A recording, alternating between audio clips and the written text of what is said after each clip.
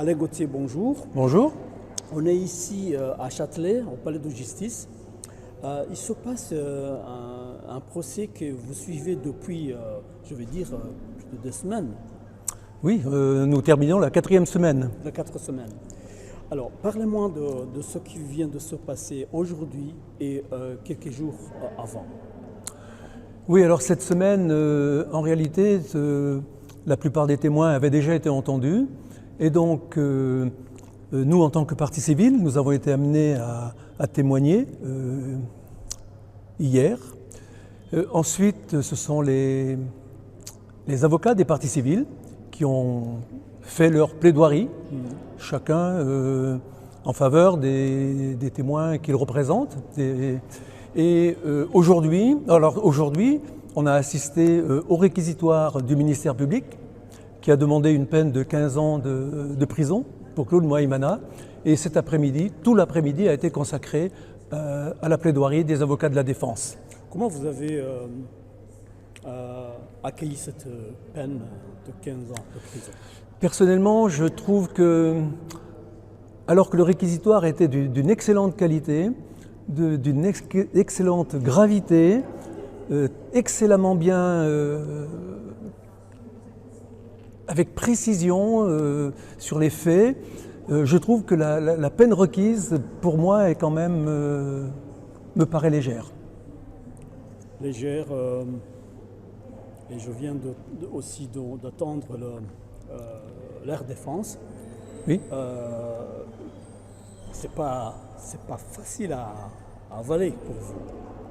Non, maintenant, ce qui est important quand même, c'est qu'il soit reconnu coupable.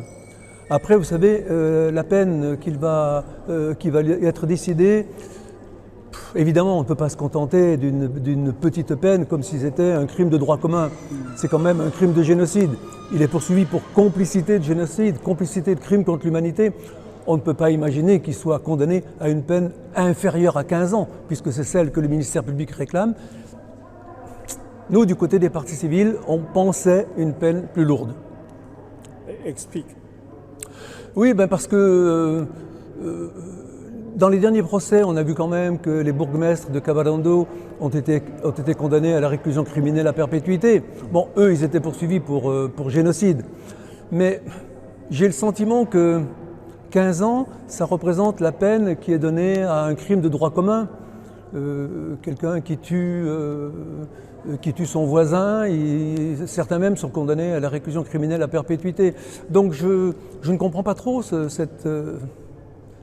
une peine aussi légère. Mais maintenant, je vous dis, on va d'abord se contenter de la culpabilité. Après, on verra. De toute façon, la défense, dans tous les procès qui se sont déroulés ici pour génocide, ils ont toujours fait appel. Donc malheureusement, je crains qu'on doive recommencer ce procès. Mais ce procès, quand même, vous l'avez voulu. Ah bien sûr que nous l'avons voulu. C'est le collectif des parties civiles qui est à l'initiative de la plainte en 2013, comme je dirais toutes les plaintes qui ont été déposées ici à Paris depuis 2001. Toutes ces plaintes-là, c'est le collectif des parties civiles qui les a déposées. Donc effectivement, nous souhaitions ce procès, même si nous pensions que certains autres procès auraient déjà dû avoir lieu. Mais encore une fois, quelle valeur vous donniez à ce procès pour quelqu'un comme Claude Mohaïmana, un simple chauffeur? Oui, mais il n'y a pas de petits génocidaires. Le génocide a pu se produire parce qu'à tous les échelons, il y a eu des décisions qui ont été prises. Bien sûr que les planificateurs ont organisé ce génocide, les autorités préfectorales, communales ont fait des réunions pour encourager, mais s'il n'y avait pas eu des personnes pour exécuter, le génocide n'aurait pas pris l'ampleur qu'il a eu. Si Claude Mohaïmana n'avait pas conduit les Interahamwe sur les collines, probablement qu'il y aurait eu moins de morts. Donc chacun à sa place a une responsabilité. Depuis 2013, je pense, vous avez participé dans les procès, je ne sais pas combien, j'aimerais bien savoir combien et avec qui, et où est-ce que vous êtes pour dans votre association qui fait beaucoup de travail reconnu par la communauté rwandaise dans le monde. Et où est-ce que vous en êtes? Alors c'est le 5e procès auquel on participe, puisque Pascal Simikangwa a été jugé et condamné en 2014, puis en 2016 en appel à 25 ans de prison. En 2016 et en 2018, toujours en appel, Tito Barreira et Octavien Genzi, les bourgmestres de Kabarondo, ont été condamnés à la réclusion criminelle à perpétuité. Aujourd'hui, on juge Claude Mouaïmana. Je viens d'apprendre que Sosten Monyemana, le docteur Sosten Monyemana, qui avait fait appel de son déferment devant la cour d'assises, cet appel vient d'être rejeté aujourd'hui. On attend encore la décision concernant Eugène Rwamuthio aussi, le médecin, qui a fait appel. Je pense que la décision ne devrait pas tarder.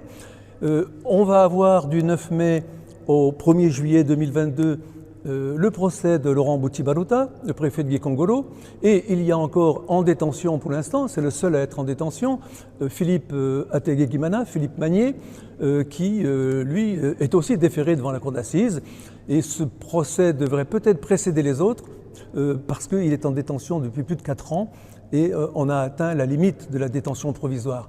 Donc nous avons devant nous un travail considérable. Je ne sais même pas comment la justice française va s'y prendre pour juger tous ces gens. Et si en plus ils font appel, vous imaginez, dans 2 ans, il faut recommencer un procès comme celui-ci. Moi, franchement, je trouve que ça commence à devenir insupportable. Il faut quand même préciser que nous avons déposé une 30aine de plaintes. Elles ont toutes été suivies de l'ouverture d'une information judiciaire. C'est-à-dire qu'aucune plainte n'a été rejetée a priori. Alors, on a eu des non-lieux. Il y a eu 4 non-lieux. En particulier le non-lieu concernant l'abbé Wenceslas Muneshaka, il y a eu Pierre Teguera, il y a eu Baligira, et puis j'en oublie un autre, enfin peu importe, mais toutes ont été suivies de l'ouverture d'informations judiciaires. Normalement, il devrait y avoir encore au moins 25 procès ici à Paris. Nous ne serons plus là, bien sûr, parce que vu le temps que ça prend, mais bon, l'essentiel, c'est que petit à petit, justice est rendue pour les victimes que nous représentons, et toutes les victimes du génocide. Je crois que la justice est un chemin indispensable à la reconstruction du Rwanda. On reprend au fronton du site l'expression de Simon Wiesenthal, le chasseur de nazis, sans haine ni vengeance. Et c'est vraiment l'état d'esprit dans lequel on est. On ne peut pas éprouver de la haine pour les génocidaires, la haine ne ronge que celui qui l'éprouve. Donc nous, ce que nous demandons, c'est que justice soit rendue. Vous savez, dans un procès, ce n'est pas la vérité qui apparaît, il y a une vérité judiciaire qui est donnée, et on attend, nous, cette vérité judiciaire, en particulier ici, dans ce procès contre Claude Mouaïmana. Alain Gauthier, merci beaucoup. Bonne soirée et à demain. Merci, à vous. J'espère que demain, mais nous n'avons pas manqué oui. Une seule audience depuis le début du procès. Merci beaucoup. Et je fais des comptes rendus tous les soirs sur le site du collectif des parties civiles. C'est dans la boîte. Merci beaucoup. Merci. Bonne soirée.